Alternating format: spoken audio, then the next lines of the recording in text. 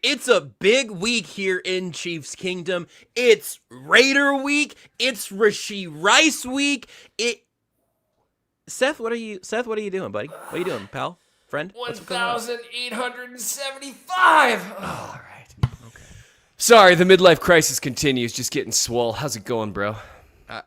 Well, fine until you said bro like that. Your triceps look great. I can't believe that was 1,000 and what there? How many reps was that? You barely broken a sweat.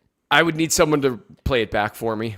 Yeah, well, that's, boy, Seth, I didn't mean to cross promo this show and everything else, Mondays and Fridays on KCSN, in the cold open of this, no less. But I learned a lot about bodybuilding on Monday from Tucker D. Franklin. And maybe, is that a path you're considering now? Just going for body you can expect? What was that?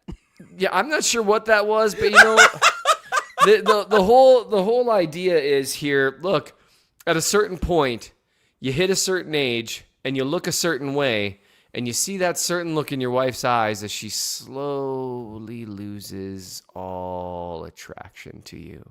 And then you got to do something about it. So we're getting swole. That's right. The haircut, the new shirt, which I only wore once, that's just the beginning. You have not yet to see me midlife crisis, baby. So that's right. Swole Seth, which, by the way, checked out the scale earlier this week.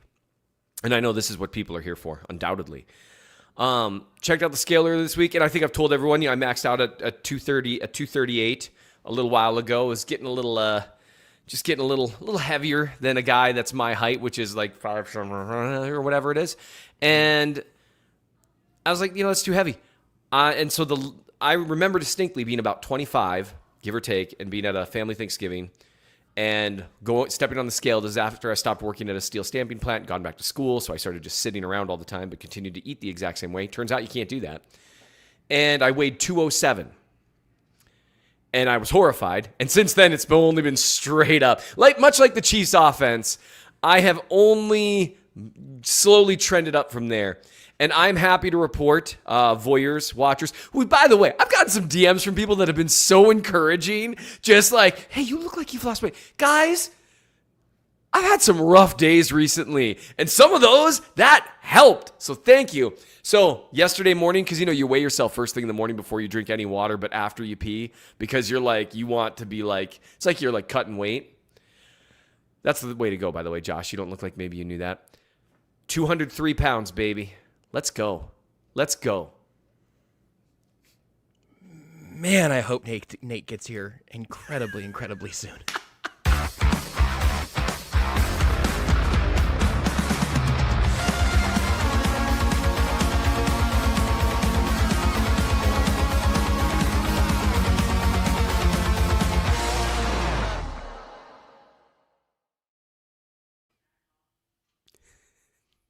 Show, only weird games. Joshua Brisco, Seth Keysor with you here. Tucker said he dropped his fidget toy on his mouse and fired off the open very briefly. Tucker, that's the funniest thing that I think has happened here in a little bit. I guess if Seth dropped his, I'm going to guess, 5 to 8 pound weight that he was showing off there earlier, he also could have... 4.5. 4.5? Look at you, man. I'm proud that it's moving on up. I do wonder. Let's go ahead and just keep everybody in the chat can try to help keep basically Seth's fitness journal now as we're just gonna keep getting updates throughout the season, and by the end of the year he's gonna be built like Xavier Worthy. Seth, let's we got a couple of angles of things I want to talk about here today, and one of them is a thing from the Chief in the North newsletter, and Nate's going to join us in progress here today. Otherwise, we're going to keep hearing about Seth's midlife crisis. So I'm going to make sure Nate's here. Let's just go ahead and start with the thing that you just wrote about, just dropped a little bit earlier today in the newsletter. We're going to talk a lot about Rashee Rice. We'll talk about the left tackle situation. We'll look ahead to the Raiders a little bit. We'll do all of that as the show rolls on. But let's go ahead and start with the thing that you just finished charting and writing about. The Chiefs' safeties this year have been really interesting for a variety of reasons. We've had our tough moments of the Shamari Connor slot man cover experience, and we spent a lot of time in the offseason talking about Jaden Hicks and the role that he would probably have this year. But really, it's been Brian Cook and first up, Shamari Connor getting the largest workload. What did you notice about them against the Lions? Where should we begin in our kind of reevaluation of the safety position? One of my favorite things to do is to really look into just really, really kind of specialized areas of football. That's one of the reasons I love having my own site. I love just kind of delving into the individualized things. And so by the way, I'm sorry, Josh. Happy Rashee Rice Day to all who celebrate. And to you. Yes, thank you. I'm excited to talk about him. But with the safeties, it's been a fun conversation because a lot of the conversation this year has centered around Shamari Connor not belonging in the slot. I'm going to circle back to the comments here in a little while. But first... That's fine. I know my counterpoint already, so there's going to be a stalemate here. I can tell. Just read it now. Go ahead. All right, we've got a comment from the always lovely and vivacious M. Brisco. All right, keep it quick, buddy. Says Chloe, our 16-year-old teen, says, and I quote, "Seth looks great!" Exclamation point. So I really needed to have the language there. I'm going to be watching him, especially if he lets his hair grow out. He's very handsome. Thank you, Chloe. I got something vivacious for you here, Seth. I got something vivacious right for you. Yeah? And so, I am sorry to disappoint anyone else who wants to see the hair grow out. Trust me, it doesn't. It's like me trying to go a mustache and a beard. It just doesn't work out. So the problem with the Chiefs safety... Seth, will you go ask your one and only, your beloved precious daughter, which of the two of us she thinks is funnier? No. No, respectfully, I will not, sir. Fair enough. She hasn't watched you in a while. Maybe she thinks I'm funnier now. Golly, that still hurts. And just every time, it's just like a knife hot. It's like, you're so funny now, but Josh is like, and I mean, as soon as that started, a tiny part of me died. Like, I was just like, Anyway, so... where was I? Oh, Shamari. So much of the safety conversation is centered around Shamari Connor not belonging in the slot. So there's been so many people that are just like, oh, get him off the team and that kind of stuff. And that's not fair because Connor, when he's been playing, part of a two high safety tandem, or he's been playing robber, or he's been in the box, has actually played really well this year. We've had way fewer of the plays that we used to see all the time from him last year, where he kind of replaced Willie Gay's spirit in flying to the play and being there like 3 seconds earlier than anyone else could be. And then just right by the guy, which still slows down the play, so it's something, but it's always just like, oh, what a play. Nope, didn't bring him down. Okay, that's cool. Shout out to you, Willie Gay. I still miss watching that guy just fly around the field like a maniac. So much of the conversations around him, or, oh, why isn't Jaden Hicks playing more? That sort of stuff, that people really haven't been paying attention to how well the safety group as a whole has played lately. So I wrote about them on the Chief of the North newsletter. And first thing I'll say is, when you look at the All-22, the safeties are doing a good job, and the two primary safeties right now are Connor and Cook.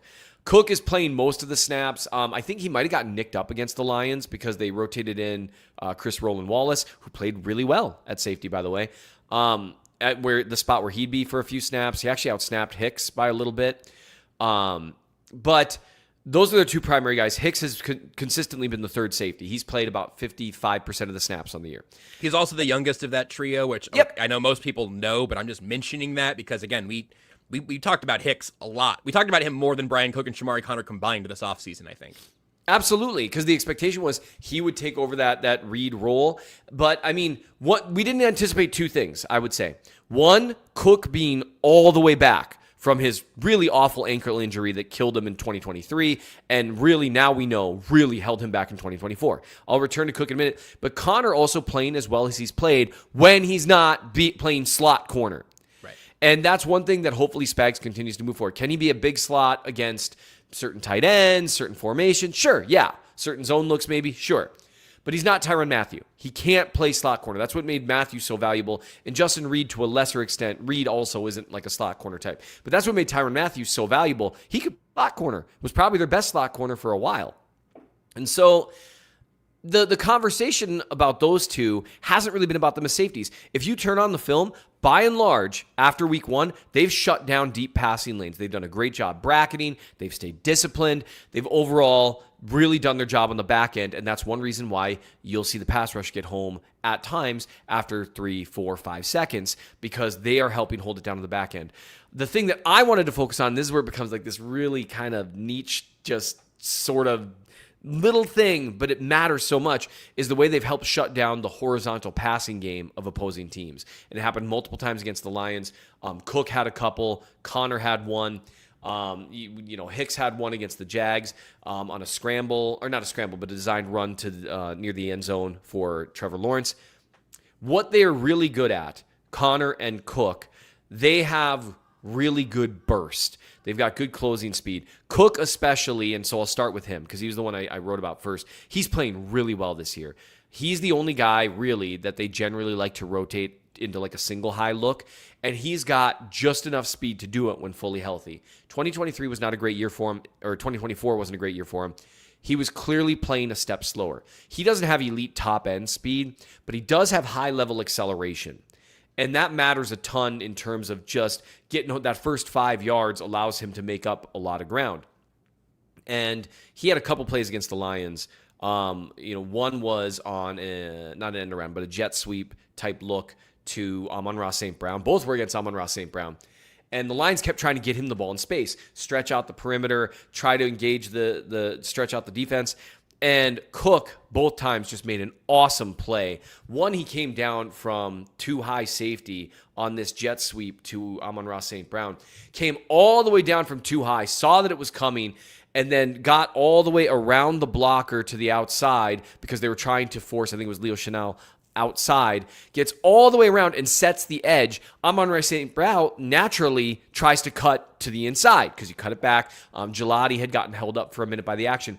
And Cook did such a great job. He accelerated so well and so under control that he cornered around Chenal and the blocker and still made the tackle like he was coming around the edge. It was such a great play. And St. Brown had some room to cook there. And then later in the game, they're trying to set up a wide receiver screen type look. They have the numbers. They have the blocking. First of all, if you even just look at one video clip from this Chief of the North article, you got to look at it because Jalen Watson does a beautiful job setting up the outside. He doesn't go anywhere. He sets the edge. Trent McDuffie is screaming in from the interior as a pursuit guy. And you see Brian Cook, he knows where the blocker is. And the temptation might be to stay inside and try to pursue there. But he 100% trusts Trent McDuffie to do his job and just screams forward. And the blocker, who I think is a tight end, thinks that he's going to be able to get to him in space and just whiffs completely because Cook accelerates so fast, blows up the play before it can even start. Stuff like that, those are easy button plays for the Lions. The Lions, even though Ben Johnson's offense is very different from Andy Reid's, they rely, as much as they run the ball, they love those easy button 7-8 yard gains. Those are great plays because you're not exposing your quarterback to any risk of getting hit because the ball's out immediately. You're not asking your quarterback to go through any reads, so it's kind of like a mental and physical break for your quarterback. And your running back can get a break there too. Your offensive line doesn't have to do quite as much usually. It's just an easy button to push to get 8 easy yards, maybe break a big play every now and then. And the Lions do that so well, and they could not get that going against the Chiefs. Late in the game, 2nd and 13, and so now we'll shift to Chamari Connor. So shout out to Brian Cook. He's playing awesome, and his unique acceleration is allowing him to make those plays, and he finishes so strong. It's awesome to see. Late in the game, it's fourth quarter, a little under 9 minutes to go. Great run blitz by Nick Bolton. Spags calls up. He's completely unblocked. Finishes well on Gibbs. Now it's 2nd and 13. The Lions have to get yards here. They're down by 10, and so they dial up another one of those plays that's kind of safe. This time they motion Amon-Ra St. Brown from right to left, and they snap the ball as soon as he gets to the left side because you've still got numbers because the Chiefs have shown zone, right? So they don't send anyone with Amon-Ra St. Brown. So he goes right to left, and the ball gets out to him pretty quickly there because the idea is the receiver to that side of the field is going to immediately just bulldoze forward against Noel Williams, and then St. Brown's going to be too wide for Drew Tranquill, and then the safety, who is Chamari Connor in this case, isn't going to be able to come down on time, and he's going to be up against Amon-Ra St. Brown with a head of steam who's going to get at least 5 yards, maybe break something and get like a 40-yard gain. It's an easy button, quick play with the potential for big yardage. The big idea is, hey, what's a safe play to set us up with 3rd and 6 with the potential to get a first down? This is exactly the type of play that Andy Reid would probably dial up here. Instead, Connor just does a great job. He stays in his spot while he waits to make sure that the route is a pick and not some dig or something like that. And then just straight ahead like a shot. He's got good acceleration too, and is able to hit Amon-Ra St. Brown as soon as he catches the ball, essentially. Doesn't have time to make a move. And now, instead of 3rd and 5, or a big play, now it's 3rd and 11, and your pass rushers get to just pin their ears back and go ballistic. Chris Jones wins immediately. They got a punt, and the game, for the most part, is over. And that's where I love about football, is that a second down, shutting down of a horizontal pass play has such an impact on the game because it has such an impact on the rest of the drive. And so the safeties are doing that things. And then one thing to look at too, I know I've talked for forever now, the way they're disguising looks, and I just threw a couple of plays out there. You could have picked out any of them. Jared Goff multiple times snapped the ball thinking he was getting too high in some variant of cover 2, and instead it was, single, either single high man or some variant of that. And you could just see him look at his first 2 reads, and it's like, well, crap. Because my first read was a dig to Brown, and now that's covered. And the second was going over the middle of the field on a post, but there's a safety standing there because they're not playing too high. And they disguise so well, and it's so much fun to watch. So it's just a really, really cool, really, really detailed part of football that's so much fun to watch when it's going well. I got good news and bad news for you, Seth. The good news is I saw the one and only Nate Taylor in a special little window down here at the bottom of my screen, nodding along to a lot of the things that you were saying there, smiling. The bad news is he nodded the most when you said, "I've been talking forever." And that's when Nate was like, "Yes, come on, thumbs up, give me the ball, flag me down." But we can't get to Nate until I get to all Chiefs fans. That's right. You could be on the field at the 50 inside GEHA Field for the official coin toss at a Chiefs home game this season. Visit Chiefs.com/GEHA now. Enter for a chance to be on the field for a once-in-a-lifetime view of the pregame coin toss. Plus, you can score other exclusive prizes. Enter for a chance to win at Chiefs.com/GEHA. GEHA is the proud partner of the Kansas City Chiefs. We'll take a timeout. Nate Taylor will join us, and we'll keep getting ready for Chiefs Raiders here on Only Weird Games. My name is Terrell Jolly. A lot of people call me TJ, founder and CEO of Integrity Capital Management. So Integrity Capital Management originally started out as a property management firm, but we slowly transitioned to what is described as an incremental development firm that's focused on situational housing. I know most people say affordable, but we believe in creating housing for people that are actually in need and built to the end user. I believe everyone needs a home because when you have home, you have hope. The reality is that when you're building a business, one thing you don't think about is like what a true banking relationship means. And, I had the honor and privilege of meeting Debbie early on in my career when I was just trying to get going. And as a small business, it's really challenging at times because people don't understand the concept or not believe the longevity because you're just getting started. But Debbie was willing to take a chance on me, be patient with me. I almost look at it like a grassroots initiative. She's seen and believe what I'm about. Anybody that's really true about their business and want to get some things done, I would definitely trust hands down Emprise because Deb's team, along with Aaron and Jackie and all the amazing people that work behind the scenes, even from the treasury side, I would say, hey, give them an opportunity because you won't be disappointed and you will actually be in hands that actually somebody care and that will see you from start to finish.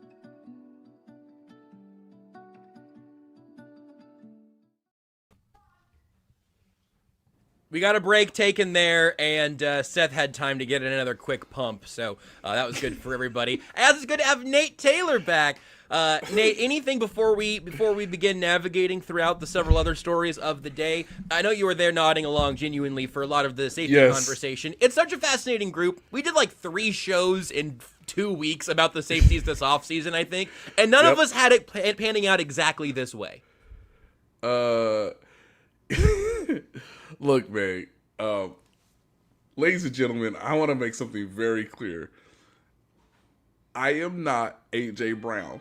I am not asking for the microphone while we're still winning football games via podcast, video, audio form, okay? I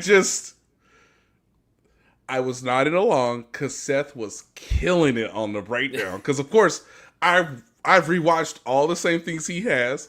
Obviously, I get the notifications on my email when the analysis drops, and so I'm nodding along. I'm enjoying it.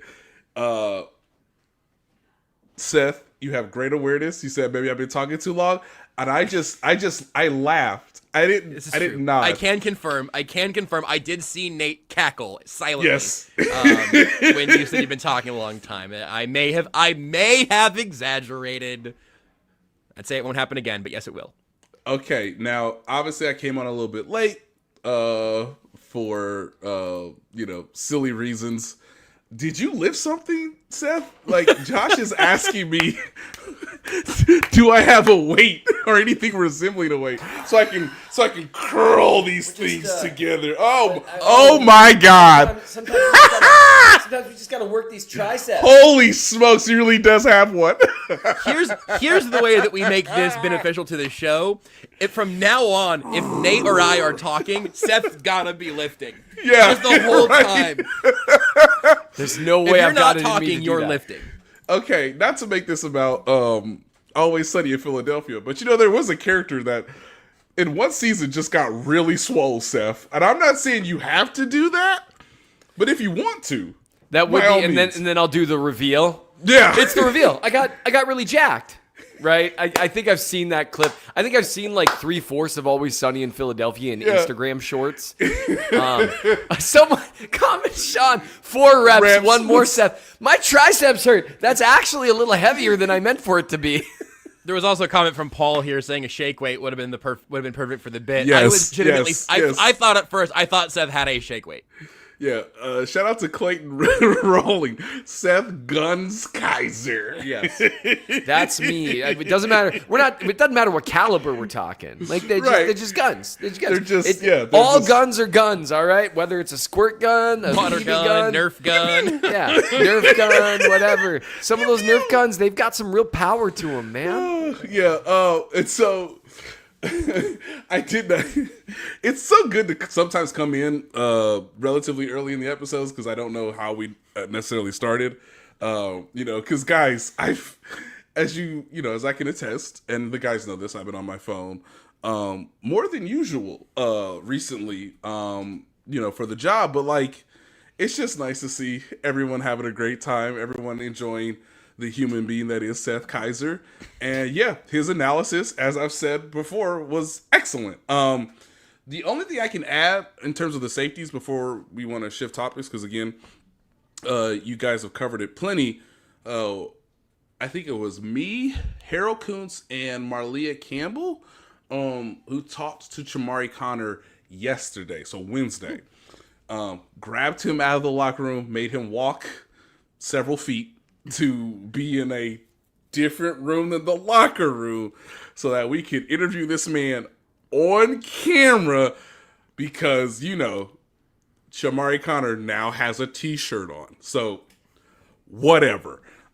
We go and we do that, and I think Harold was the one who says, like, based on your roles, based on your responsibility going up from being, like, starting safety to occasional nickel corner, back to safety. Hey, what happens when there's 3 safeties versus 2?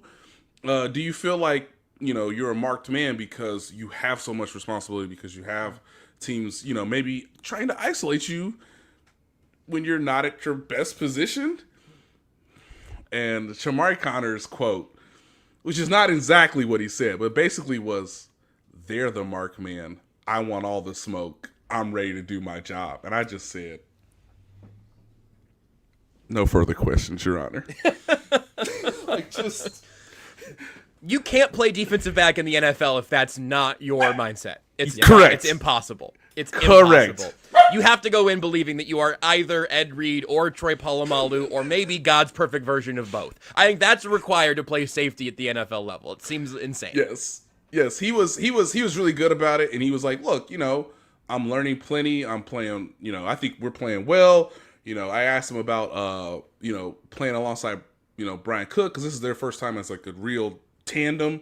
Obviously, you can include Jaden Hicks in that as well, but like he just has a real confidence to him. And I think you can start to see that because he is playing the safety position really well alongside Brian Cook. And they are not the most, I think you were trying to get to this, or you may have said this right as I was jumping in, Seth, but they might not be like the most athletically freakish players, but man, are they some instinctual guys who, like you said, have, not only breakaway speed, but like recovery from the safety position.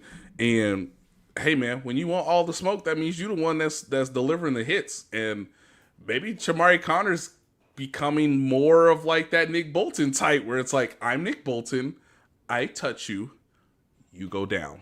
Okay. Now last year he was like Chamari Connor to like the Willie Gay point, which was like, that's literally. Hey guys, it'll be fun either way. Yeah, either way, it's going to be very exciting. Like, yes. And who knows for who? Like, I don't know. I seriously, I need to make sure I say this before we move on. I will anytime I make a Willie Gay reference in terms of how it's with love. He played the game. It's with love. Love, that baby. He made literally some of the most dominant defensive plays, individual plays I've ever seen. Like he made plays occasionally where I was like, yes. I don't know if any other linebacker on earth could have done that, because the man, I mean, that dude legit, I think, ran in pads like a 4.4. Like, it was freakish watching him, and occasionally just running full steam into like an offensive tackle and blowing them up, and you're like, Willie, buddy, you're gonna be in your 50s at some point, dude. Like, settle down. So, I mean, I love that man, so I am always saying it with love. Yeah. And, and so again, I mean, I can double check it here, and I don't know if you guys referenced it, but I mean, it takes Travis Hunter being like a freak to catch a ball downfield against these guys. I think that was a Brian Cook play, to be more specific, because again, Chamari Connor was probably in the slot at the time.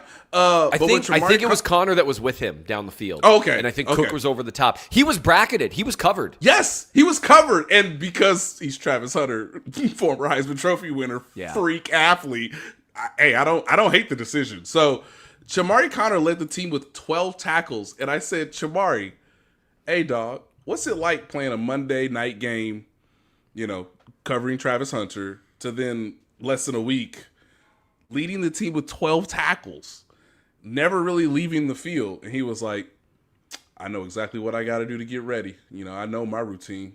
And I was like, he sounds so confident, guys. No further questions. No further questions. I know exactly what I want to do, what I got to do, what I need to do. I felt fine, Nate. Okay. Just cool. Hey, 12 tackles. Hey, I touch you, you go down. I don't want to. Tucker, don't make that the next Only Weird Games t-shirt, please. I want to just formally say I don't want that on the next shirt. Hey, unless your name is Scattaboo, yeah, Nick right. Bolton has touched you and you go down. But Scattaboo said, why don't I put my helmet through your chest? Yeah, that's how they found the God particle in that collision, actually. It's honestly my favorite play of the year that I watched in person, where I said, how the hell did he get out of that? Oh, that's right. He's playing football like non-humans. Like, right. Son, talk about, again, me and Seth should really be like going around guys in the NFL and being like, you will be 50. You will be 50. But for now, I've never seen a running back throw his helmet into Nick Bolton's chest hey, bud, you could have went to the outside. Instead, you actively chose to meet him in the B gap and say, nah, I'll run right through him. Yes. Sir. I don't think Scatterboo thinks that it's moral to even move in the direction of the sideline. I think like the hash marks are about as wide as he wants to get.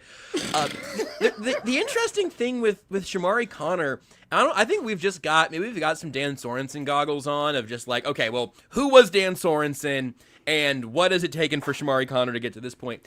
Shamari Connor's in his third season, and I think our introduction to him was so much about the speed of his game, right, and the aggressiveness at which he closes, and the human missile that he could be that would either result in a great hit or a little bit of a whiff. Those are some of the Shamari Connor things I have in mind from year 1 and year 2, and it's fascinating to see him get literally 100% of the snaps and to hear Spags talk about him as like that.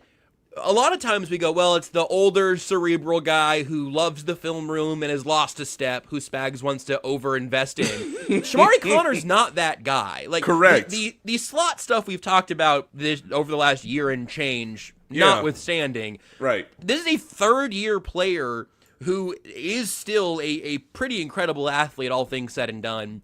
I do find him to be a fascinating case study, and maybe if the Noel Williams thing just keeps developing, or if Christian Fulton plays someday, maybe there's going to be the proper use of Shamari Connor, where he just becomes a Spags Ring of Honor guy, where he that love seems very, very real. It's an opportunity also to provide some redemption for the 2023 draft class, which came on the heels of just a heater of a 2022 draft class. But I mean, right now, we've got Wanya Morris, who is a useful backup that you really don't want to start more than a couple games in a row, which is useful. When healthy, because he was not healthy last year. Yes. Yeah. You got him. You got Rashee Rice, who I think is going to do real well. We should talk about him today. Yeah. And so, but other than that, it's some slim pickings there. Whereas the 2024 class feels like it's looking a little bit better every day. So I'm just saying that's the chance for redemption there. It would be interesting to see, because I haven't heard anything about an extension for Brian Cook. Maybe we always thought that, Hicks was the, replacement for Justin Reed. Maybe Shamari Connor is the replacement for Justin Reed / Brian Cook, which physically would make more sense in terms of burst and speed down the field. And next year, Jaden Hicks is your second guy if they don't keep Hicks in-house, which, I mean, then Chris Roland Wallace is your third safety. Holy cow, I think I just figured out what they're probably going to do. Yeah. It's fun to watch that happen, isn't it? And we'll draft another one next year, too. My God, they give Dave Merritt a lifetime contract. Just like, please stay here and keep turning. Like, yeah, I know you want to go be a defensive coordinator somewhere, but what if we pay you twice as much money as they'll pay you? There's no salary cap. There's no salary cap. If they wanted to, if Clark Hunt really wanted to, they could pay anyone they want to just be the linebackers coach. I'm going to slip you a piece of paper, Dave Merritt, and I want you to have your wife put the number right down. Yeah. That's so funny, Nate. That's so good. Yep. I do not want you to put this number down. Yep. Give this piece of paper to Hey, I heard your kid's still playing at Nebraska, right? Let me just slide this piece of paper and have your wife put it down. The other thing I was going to say, too, is they have done a really good job of getting, and this was a trait last year that I really put to Justin Reed, because even though he could not cover tight ends the way he did in like the first 2 years, I still felt Justin Reed was such a good player from a mentality, physicality, I'm going to tackle your neck, that I thought they might have lost some of that element. And yet it's still, again, it's early in the season. This is not playoff football. This ain't even real football.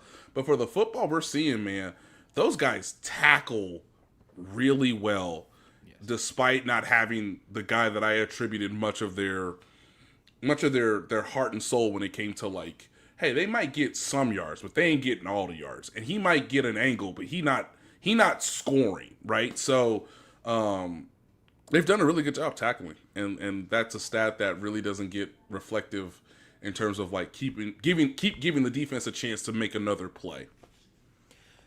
Nate, let's go ahead and hit on whatever you've got and whatever you want to share, whatever you don't, honestly, on the Josh Simmons front. The news is that he has not practiced this week. I mean, Right. that's just like that on the practice report. Yep. He's not there, and it's on there, parentheses, personal. Yes. Anything that you feel the need to share from Tuesday, and then as much, honestly, we'll take a break after this one and kind of reset and talk about Rashee Rice and the Raiders in the next leg. But what, if anything, is new there? We've heard from Andy Reid and Patrick Mahomes since the last show. And again, he hasn't been out there at practice, obviously. So that obviously it looks like Jalen Moore will be starting at left tackle again, certainly on track for that. What else is there on the Josh Simmons front that you want to share today, if anything? Yeah, thank you. Well, first, I would direct people to 96.5 The Fan, because I talked with Bob Fesco and Dusty Likens, guys that I love. I gave them, I don't know, maybe 10 minutes maybe it's close to 10 minutes of like everything I'd had up until this morning, which is like 8:25, 8:30, somewhere in there. So you can go find the link for like to listen back in the podcast or on the website. This is really complicated. I mean, I've had more conversations with people today. I've gotten some stronger indications. I've been advised not to say a ton in terms of just trying to respect my knowledge and where this is sort of still ongoing. I think if there was one word that I could try to advise people to hear from me, it's that this is truly ongoing. It's a difficult situation. I know this was yesterday. I'm trying to keep track of my days. So this was yesterday. On Wednesday, I asked Patrick Mahomes, have you talked to Josh Simmons? What are those conversations been like? As much as you're willing to share, something of that situation, given the uncertainty, how uncertain it was, and I knew this already, how uncertain it was for him to experience not knowing Josh's full details hours before you play a football game when he is your best left tackle. And Patrick said he had conversations with Josh, or I think he's had one, if not more, multiple. He chose to keep those private, which is his prerogative, and he is more than willing to go that route. And then Patrick said, in essence, that he's praying for Josh, and the quarterback of the football team that you root for says he's praying for Josh. And based on the information I have, based on the conversations I've had, based on the multiple levels of reporting, that is accurate. If you are someone who prays, you should pray for Josh Simmons. I can't really give you more because it's ongoing. I don't know where this is necessarily headed. So I'm not trying to scare people. I'm not trying to like make things overly complicated or difficult. There's just not as much as I can say other than what I've said this morning on 96.5 The Fan with Bob Fesco and Dusty Liken. Last thing I'll say is, and then we can get to the break, let's really be thoughtful on the internet. I know it's hard, but let's be responsible. Let's be thoughtful. Let's show empathy and sympathy to his situation, which I know you don't know all the details, which I don't even know all the details. And I know there are multiple people in the Chiefs organization that don't know all the details. So with that in mind, let's try to be nice. No, Clayton, Drew Rosenhaus has not made a comment. I don't know when Drew Rosenhaus is going to make a comment. I know that's a weird part of this, is that Drew Rosenhaus, as we said on Tuesday, one of the best communicative agents if something doesn't go atypical, right? In service of his client, so that you have some idea of what's going on, whether it's legal, whether it's not legal. This does not, again, I don't know. There's been no legal part of this yet, so that could change. I have no idea. We don't have all the details, but that is a good question. I know somebody else, Tiffany, as pray for him or his family. Both. Pray for him and his family. I know Patrick said it in reference of Josh because I asked him specifically about his conversations with Josh. So that's where that quote sort of comes from.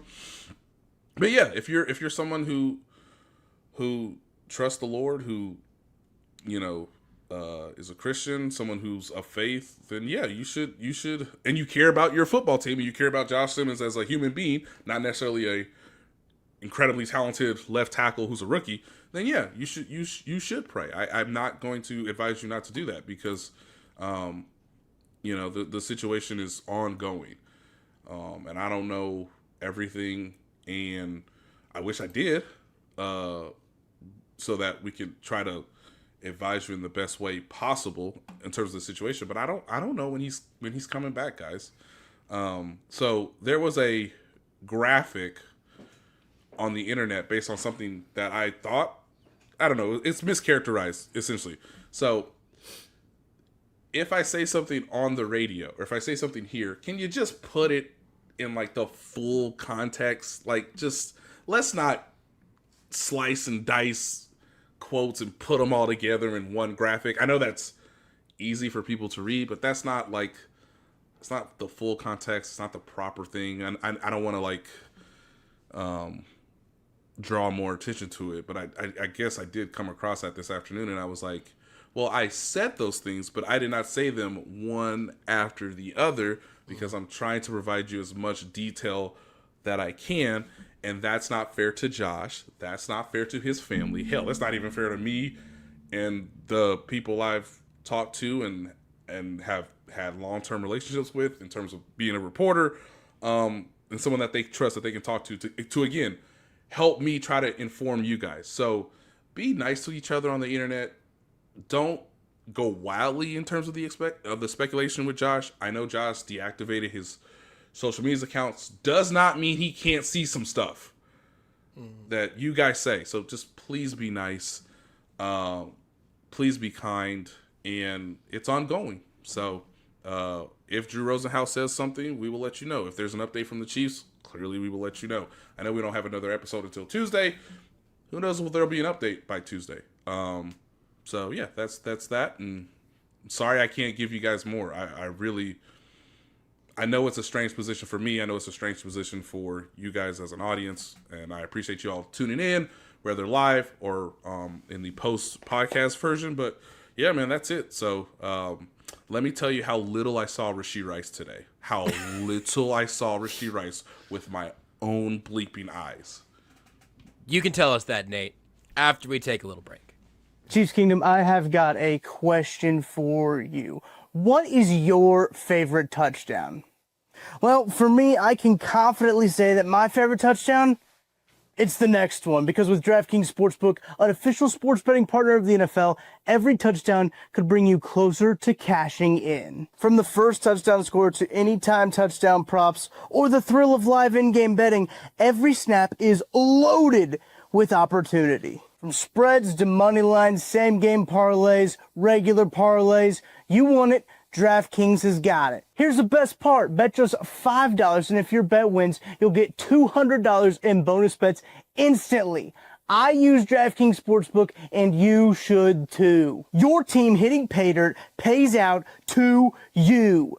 Download the DraftKings Sportsbook app now and use code KCSN. That's code KCSN to turn $5 into $200 in bonus bets if your bet wins. In partnership with DraftKings, the crown is yours. Gambling problem? Call 1-800-GAMBLER. In New York, call 877-8-HOPE-NY or text HOPE-NY 467-369. In Connecticut, help is available for problem gambling. Call 888-789-7777 or visit ccpg.org. Please play responsibly. On behalf of Boot Hill Casino and Resort in Kansas, fees may apply in Illinois. 21 plus age and eligibility varies by jurisdiction. Void in Ontario. Bet must win to receive reward. Minimum minus 500 odds required. Bonus bets expire 7 days after issuance. For additional terms and responsible gaming resources, see dkng.co/audio. considered saying this before the break, but it is going to sound sort of like a joke, and it's not to make light of anything, obviously. And it's also not a joke. Everything I'm going to say is true. But I think that this is, you'll understand why it makes sense in the context of this. So a few years ago, when I was like in the hospital and nobody knew what was going on, what ended up happening was that I had type 1 diabetes, and I didn't know that at the time. And so my blood sugar was outrageous. The actual step-by-step of it was terrible for everyone who remembers it, of which I was not included. All that to say, there was a comment earlier from Seamus in the chat that said something about, like Josh finding out he was diabetic, being me, Josh, I believe, in this case. Yeah. I remember quite clearly that there was a thread on the Chief subreddit that was like based off of like I think a tweet my dad posted or something about like, hey, thoughts and prayers. We don't know what's going on, but Josh is in the hospital. And in that subreddit, a few comments down was somebody who said I could find the exact phrase. I took a screenshot for sure. Someone in the comments went, "Wow, I didn't really think of Josh as a hard drugs guy." And I think about that every once in a while because that's not why I was in the hospital. I was in the hospital because my pancreas quit a while ago. And so in the dot connecting department, I don't know what's going on with Josh Simmons, obviously, and I'm not trying to report it out in a way that Nate is. So I get to have a little bit extra genuine ignorance here. I understand why everybody wants to know what's going on, and there are probably some ways that the information could have gone differently that would have left a little bit up in the air, and uncertainty really breeds a desire to connect those dots. But I will say from experience, it's not really your job to connect those dots, and we can check back in a few days or a week or whatever it's going to be, and then maybe there will be more information at some point, and maybe there won't be. But you don't get bonus points for guessing it right on the internet, I guess. Right. Correct. And so I don't know. I think of that and by the way, sample size. That Reddit post was filled with some of the kindest comments. I got lots of great stuff around that time. It was a very kind time for the most part. But I do think about that one that went straight to some sort of hard drug that I wasn't using. So anyway, At the time. at the time, right now. Now my cocktail of insulin and party drugs is what keeps this show going. Look, man, Seth, I'll just say if you need somebody with access to a lot of needles, I am now your man. I wasn't before, but at some point you got to get used to it because this pancreas in here is not gonna do it on its own. Let's talk about Rashee Rice. Nate, you saw him on the practice field for at least several frames of video because I've seen several frames of video of Rashee Rice out there. He appears to be all set to make his debut this season, coming up against the Raiders on Sunday, a noon kickoff for that matter. I've gone through obviously all the pressers these last couple days. Everybody's talking there. I will say definitively more questions and pressers this week about Rashee Rice than about the Raiders. I think that's probably an accurate use of the time. I am not overlooking the Raiders fundamentally. But obviously it's a huge deal to have Rashee Rice back. Nate, what has struck you around the building this week? What you saw from Rashee Rice on the practice field? Yes. Just very little, guys. Usually on a Thursday. Usually they let us see warm-up, stretch, a little individual. Hey, maybe a little special teams. Hey, there's the quarterback throwing the ball to his receivers. We ain't getting none of that today. Not a single frame. They said, all right, guys, that's it. And I said, guys, it's week 7. And they don't want the Raiders to get a sniff of Rashee Rice, okay? It's code level red bad for a secondary that might be the worst in football. So look, he looks so good, guys. They don't even want us to see him. That's my take on this. He's looking incredible because Andy Reid said get out before the first horn blew today. They said get on out. He's too good. Did you hear what Matt Nagy said, Seth? Did you hear what Matt Nagy said about?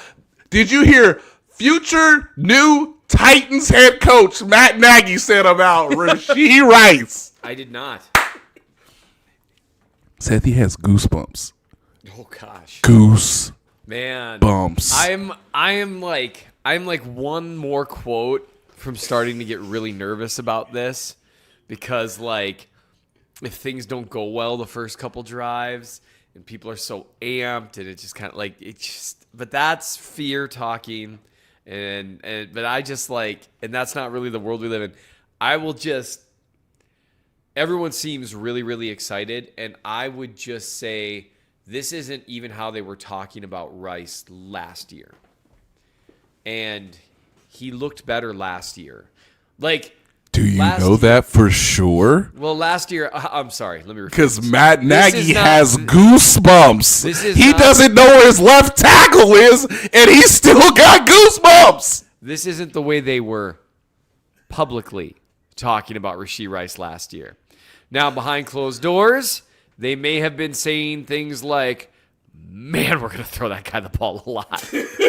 Like, you guys seriously don't even understand how many targets this guy is going to get. 800 targets. And they're not being shy about it this year. I think part of that is they also understand like that their hopes about how Xavier Worthy would look and their hopes about Hollywood Brown. I don't think Brown has been quite what they were hoping for. He's looked a lot better the last few weeks. But in terms of guys that can stretch the field, and then I compared Tyquan Thornton to finding $20 in your pocket unexpectedly. You're just like, oh, hey. Like, and it's not like a life-changing amount of money, but $20 is enough to really make your day. It's like, I didn't think I could get Joe's for lunch today, and now I'm gonna. This is a great day. My dopamine just shot up to 90. Like, life is good. So they have a legitimate, excellent field stretcher. They've got Xavier Worthy, who's another good field stretcher. Got to still work things out. They're clearly really excited, and I would just say this. Rice has been on a continual upward trajectory with the film we've seen. Yeah. And not just from 2023 to 2024, but throughout 2023. And we talked about this all. Someone just said in the comments, that's the steroids. I was trying so hard not to click it from Joseph. That's the steroids talking Seth. Very funny, Joseph. Can I That's make very. it's incredibly funny. Can I make one request for either Tucker or Josh? Absolutely. Javier Sosa, if this is incredible. Please put this on the screen. Which one? What's it say? Javier Sosa at 545 said, yeah, Nate definitely be in the locker room with Tong watching.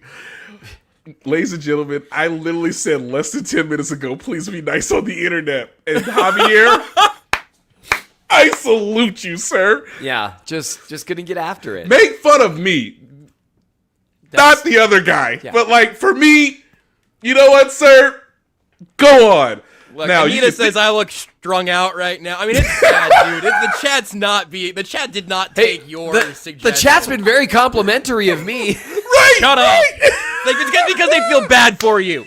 Oh no, I know that's true. Like, but look, I didn't say why. I've been over out this. Of it for me, for sure. Yeah, I've been over this. It doesn't matter why someone compliments me or whether they mean it. I just need the compliments. I desperately need them, honestly. So I'm just trying to talk to Bob about our high blood sugars in the chat right now, and you guys are still doing this podcast. Apparently, I mean, look, it's incredible that it's incredible that like why did the team win? Why did the team lose? Hey, let's go talk to some of the guys who, I don't know, played in the game.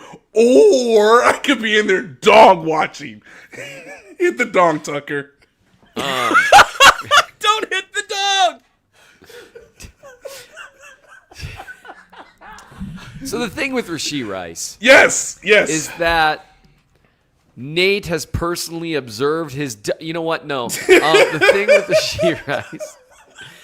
He's gradually had the quality and quantity and the girth. What? I'm sorry, his reps increase over time to where by the end of the 2023 season, until the playoffs when Travis Kelce became the focal point again.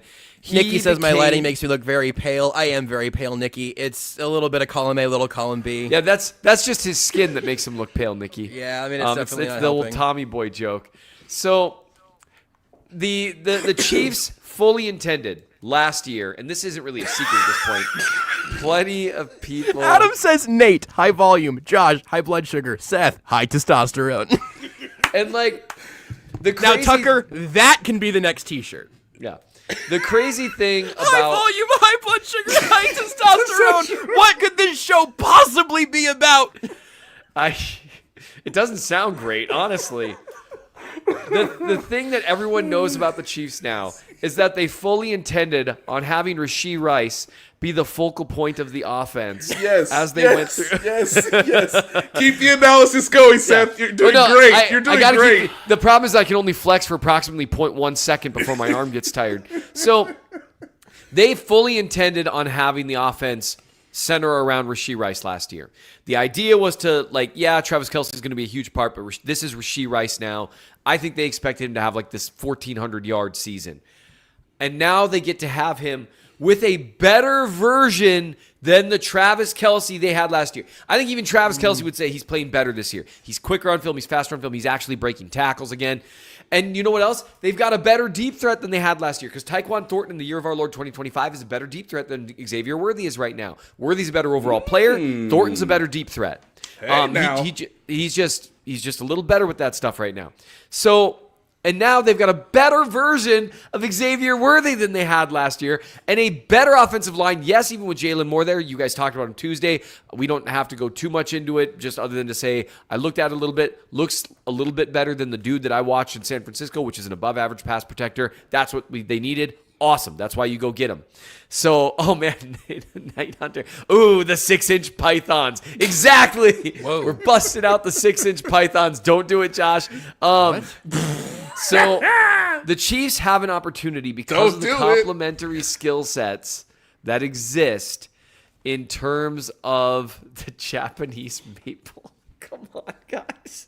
Should I let her on camera? The Chiefs have an opportunity to unleash a better version of what they were hoping to unleash last year. And that's all on paper. And they're excited. And I think it's hard not to be excited when you're them. And they're seeing the offense be a top 5 offense in the league this season. That's what they are, statistically. A top 5 offense. And then if you include since Worthy came back, which is only a few games, I get, it's been even better. And that's with Juju playing the Rashee Rice role. Now what's going to happen is Rashee Rice is going to get a bunch of snaps. And then what you're going to see, you're still going to see Juju Smith-Schuster get a lot of snaps. I don't know who's going to lose. I think Juju still sees half the snaps because, man, that guy blocks his tail off. Yeah, especially the first couple weeks as you're getting not only up to speed, but game conditioning. There's one thing to be training on your own, practicing with your teammates. It's going to take a while for Rashee to get fully engaged, I guess, in terms of all of his capabilities within the framework of the offense. So yeah, to your point, Seth, Juju might play even more than 50% of the snaps on Sunday because you just want to make sure that and again, I don't want people to get fearful, but hey, you have to be mindful of he hasn't played football in 7 weeks because there's a little bit of a break between the last preseason game and the start of the regular season. So let's say 7 weeks. You just want to make sure that there's no soft tissue injuries, that he feels good, that he gets through the game, that he's productive, that he shows some you just want to see glimpses on Sunday, not necessarily full on highlights. So that might be one reason why you have Juju at least for the next 2 weeks to sort of as Andy Reid would say, ramp him up to full speed. That is absolutely true, and even after though. They clearly plan on having Rice, Worthy, Brown be their 3 main guys. But because ever since Tyreek Hill left, and even when Hill was in Kansas City, he would see about 80% of the snaps. And that's because he ran all over the field. So you got to sit people down a little bit, let them breathe for a minute. With who they have right now, Juju, he runs great rub routes or pick routes, depending on how, whatever you want to call them. He blocks his tail off. He allows you to run certain looks that are a little bit simpler in terms of, again, the guy can block anyone and stick with that block, including linebackers at times. So he's still going to get some playing time. It'll be interesting to me to see who doesn't eat as much, because really, I don't know how much you want to take Thornton off the field, because he's a legitimate outside X that can do a lot of fun things. I just love the idea. Andy Reid loves to run trips, right? I love the idea. Tyquan Thornton, Xavier Worthy, and Rashee Rice in some trips alignment on one side of the field. Because what you do with that is you create a situation where, in theory, no coverage is a good idea. You don't want to play, quarters, because then those two guys on that side of the field are going to get deep and they're going to drag everyone down. And for one thing, one guy might not be able to keep up with them, but you're also going to drag everyone deep. And then Rashee is all by himself in the middle of the field. Running man is kind of tough, because out of those trips looks, you do a lot of picks and rubs, that sort of stuff. I mean, it just is really tough to know what to do with that. And that's without involving Brown and Kelsey on the other side of the field. And that's the thing with Brown and Kelsey on the other side of the field. You potentially, depending on, again, what your alignment looks like, whether you've got 4 receivers on the field, whether you got 3 receivers on the field, whatever, you potentially are in a situation where you can run empty with those 3 on one side of the field, Brown and Kelsey on the other side of the field. And now your backside guys, who ideally are going to get manned up, are Brown, one of your better man coverage separators, shallow and intermediate, and Travis Kelsey, who's separating from man coverage well again this year. That's a really tough dilemma, and it's really, really wonderful in terms of the fit and how complementary they are with one another, especially with Thornton's emergence as a legitimate boundary deep threat. Yes. So I get why they're excited. You might also just see the run game just go bye-bye. Like, they still – I want to see them keep doing some of the stuff they're doing with under center and that kind of stuff. But I thought they were going to trade for a running back, Seth. Mahomes is leading this team in rushing this year, is what Seth's telling us. With like 30 yards a game. Right. Mahomes was like, I want that MVP, dude. What if Isaiah Pacheco comes out of his funk? What happened? Running the ball under center, it's looked nice. Oh, it's like a miracle. And that's, I know. And that's one of those things that it just all comes together really well in a way that, and I've said this on 810 earlier this week, and I want to say it here. The Lions game was one of the first times we started to see the lever-pulling benefits of having Xavier Worthy and Tyquan Thornton on the field at the same time. And we saw that with that intermediate to semi-deep ball to Hollywood Brown, where Mahomes did something ridiculous, breaks loose of Hutch, and then Brown is all by himself. You know why he's all by himself? Because 4 Detroit defenders were 40-plus yards down the field chasing Worthy and Thornton. Now imagine that's Rashee Rice. Because Rashee Rice probably won't fall down for that ball. And I like Hollywood Brown, but after the catch, Rashee Rice is a top 3 wide receiver after the catch. Goosebumps, kids. So, remember in training camp? Remember in training camp they said, "Look, we can't tackle every day. We obviously want guys to get through camp healthy, but Andy Reid is known for having grueling training camps." I think you were right the first time. Gruesome. Yeah. And so, a number of guys were just like, "Nah, man, he looks," to Seth's point, he looks better. It's like, oh, for real? And then we saw that one preseason game against the Bears, and we were like, oh, Lord, suspend this man now, is what a lot of people across the country were saying. And ladies and gentlemen, close your eyes. It's late January. Who knows? Maybe the Chiefs have gathered the 1 seed. And the Tennessee Titans need an in-person interview with Matt Nagy. And Matt Nagy's going to walk in there with the calmness, the girth, the exquisiteness of a coach who knows, I'm about to pull some clips. What if I showed you this is what we can do in Nashville, where I line up in the exact formation that Seth Keysor just said, and I show you we don't need a run game because I just threw this man the ball behind the line of scrimmage 12 times a game. I'm ready to turn the Tennessee Titans into a real winner with Cam Ward and someone who might not be as good as Rashee Rice. Right, yes, they are with Calvin Ridley and whoever's at Ohio State or LSU right now. I don't know. I can't remember their names. Well, guys, as we watch the clock turn over to 6 o'clock Central Time, and we are well past the hour mark, that concludes our Las Vegas Raiders preview show. No, real quick, everybody please, gets Chiefs, don't do the thing. Don't do the thing. Everybody gets one opening and closing statement here on the Raiders game, and then we got to go do 5 things. So look, guys. I mean, we got to have our brain moving into game mode here. Nate, what you got? I will be sad if Brock Bowers doesn't play because I always love the Brock Bauer-Trent McDuffie matchup. And it appears, since he hasn't been in the lineup, that Brock Bowers is the entire offense for Geno Smith, and that's why Geno Smith has struggled. Yeah, Myers hasn't practiced yet this week either, and so that's less than ideal. The thing I will just say is I'm really interested to see what they do against Crosby because he's given them problems in the past. They helped out more a lot with Hutch, and I assume it'll be the same thing. But he was competent against Hutch with help, and I assume it'll probably be the same thing. Crosby's a monster though. He so spooks me. good. And here's the thing: Geno Smith is better than he's played this year. Yes. So if there's part of this game that scares me is that Geno Smith gets back to throwing with his chest accurately. Because he's been throwing with his chest. Like, I'm going to fit that in there. Oh, no. Like, that's the problem with being a QB throwing with his chest, is that if the accuracy goes away, now you're just a quarterback who throws a lot of picks. So I do think, though, one thing that we saw with the Lions that I do think can matter here, one of the reasons the defense, even though it didn't look pretty all the time and it, statistically didn't always look pretty in terms of how the Lions were moving the ball, at the end of the day, they only put up 17. Part of that is because if you get up 2 scores on a team and make them desperate, that changes things. And that's one reason why the Chiefs defense benefited from that for years.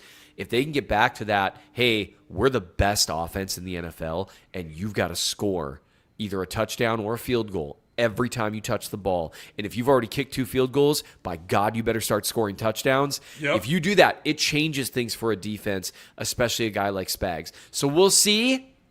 I agree with Bleed Red Arrowhead. Too much hype. It's a little scary for a 3-3 team, but I am just so ready to see it all in action. I'll just add that Ashton Genty has really figured it out. Figured out is even strong. The offensive line was not doing him any favors. His first couple of weeks were a little bit underwhelming. He's been really, really good since then. Fascinating as a weapon, as a pass catcher, also to see if that just another test for the Chiefs that way. But the thing about it with Genty right now is that we've seen them do this, different types of backs across the board here. But Derrick Henry, Saquon Barkley, I guess I'm going to throw Cam Scatterboo in there because he's been on fire, absolutely. And then Etienne. That's a legit, and then obviously both the Lions guys, Gibbs and Montgomery. The Chiefs' resume in terms of handling really, really good running backs this year has been pretty remarkable. And again, if you get to a point where you're up a little bit on the Raiders, all they can do is throw up to try to get back in the game. One or two turnovers that you can make them pay for, and it feels like. I don't want to say it feels like a game that you can just control the whole way. Maybe it's a game they're in control of, but it's still going to be, a 6-point game with 3 minutes left for some reason. The Chiefs will score a touchdown on that drive and make it a 2-possession game, and we'll all feel okay about it. But certainly I think it's reasonable to expect the Chiefs to handle their business here. So we'll do this again on Tuesday. I'll talk about the Raiders a little bit more tomorrow on everything else at noon, and then again on Monday. And we've got, I told you earlier, Nate was calling for the ball when Seth was talking about safeties. Now Seth's calling for the ball as we're getting ready to get out of here, and I'm going to go ahead and give it to him because everybody eats. Go ahead, Seth.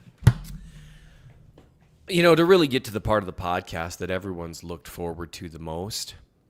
So what I've really done in terms of my physical fitness, guys, and you can too, for the low price of $9.99 a month, you can sign up for my. No, I just stopped eating an entire pizza and a share-sized bag of peanut butter M&Ms literally every night. Well, what if you're not willing to stop doing that literally every night? Yeah, that sounds awesome, honestly. I am changing my mind slowly, to be perfectly honest. It's really worth it, honestly. I mean, Jazz is